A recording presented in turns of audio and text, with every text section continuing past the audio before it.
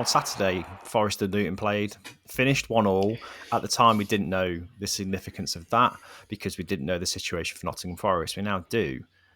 Talk me through their points deduction, what you make of it, because when I first read the article, I was trying to make sense of why their deduction is what it is compared to what Everton's was.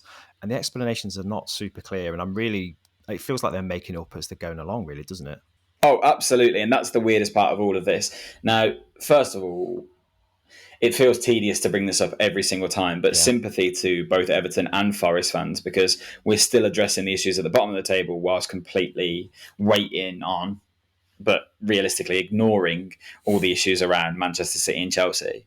So, of course, they've moved quickly to give Forest their deduction. And the whole relegation picture is based around these deductions at the moment, with obviously Everton's being issued and then reduced, and now Forest putting them into the bottom three.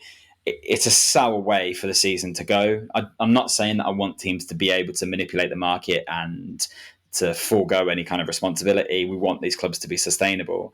But realistically, it just feels pathetic. And the argument is that Forest deductions should be lower than Everton's because they were more cooperative. Yeah. Because of their early plea and cooperation, and that meant it was reduced to 4. But I think the initial plan was to deduct 8.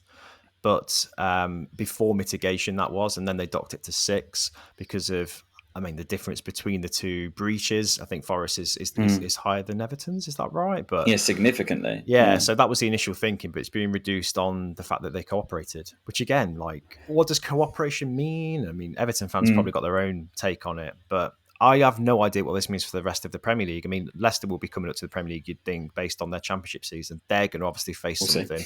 How much of a can of worms does this open now? It really feels uncertain, doesn't it? Yeah, Villa posted 120 million worth of losses the other day, so we'll see. But it's frustrating because Everton fans will feel aggrieved by it, because why would you cooperate with something that you don't feel is right? Yeah, 100%.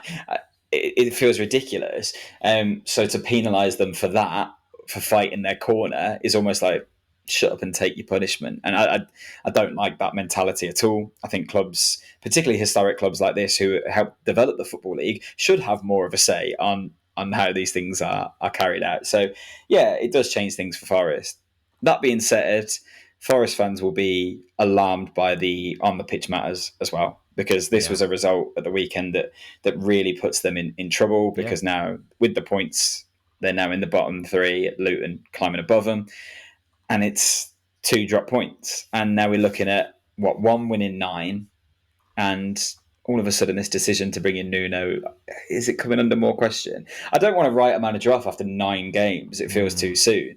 And if you're looking to build something, then you need to give that time. But would Forest have won more than 1 game out of the last 9 with Steve Cooper in charge? That I hate to put it down to that, because it is about more than that if you're building for the long-term success of a club.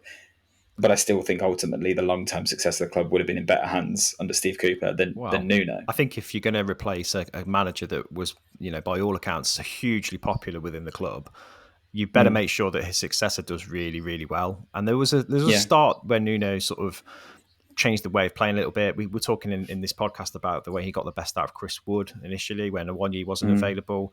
And there was elements of his counter-attacking approach that seemed to work sometimes. But, Steve Cooper must be sitting there smiling really to himself in some ways, because, I think you're right. I think he made a team of players that were basically strangers last season escape relegation against all the odds. What's to say he couldn't have done that this time around as well? I think I'd be gutted. I think he definitely would have. Yeah, I do too. Yeah, he would have kept them up. I'm quite confident of that. I'm less confident that Nuno will, sadly. And we'll see. Apparently Forest are considering appealing the deduction, and if that was successful or even reduced, that takes them back out of the relegation zone again. But it seems unlikely that it would be successful when it's only 4 points, because there's not much less than that they could do realistically. So they've got to put it down to matters on the pitch. And then this deduction doesn't put them out of it by any means. They're only a point behind Luton. Without this deduction, they were a point behind Brentford. So there's plenty of teams still around that area. I'd like to say I really don't want to see Forest go down, because I do think there is something to be said of the talent in that squad. The fan base is fantastic and has been a breath of fresh air to the Premier League. So it would be nice to see them sustain some success there. But there's just so many weird decisions that take place at that club that you just feel like they are slowly killing themselves.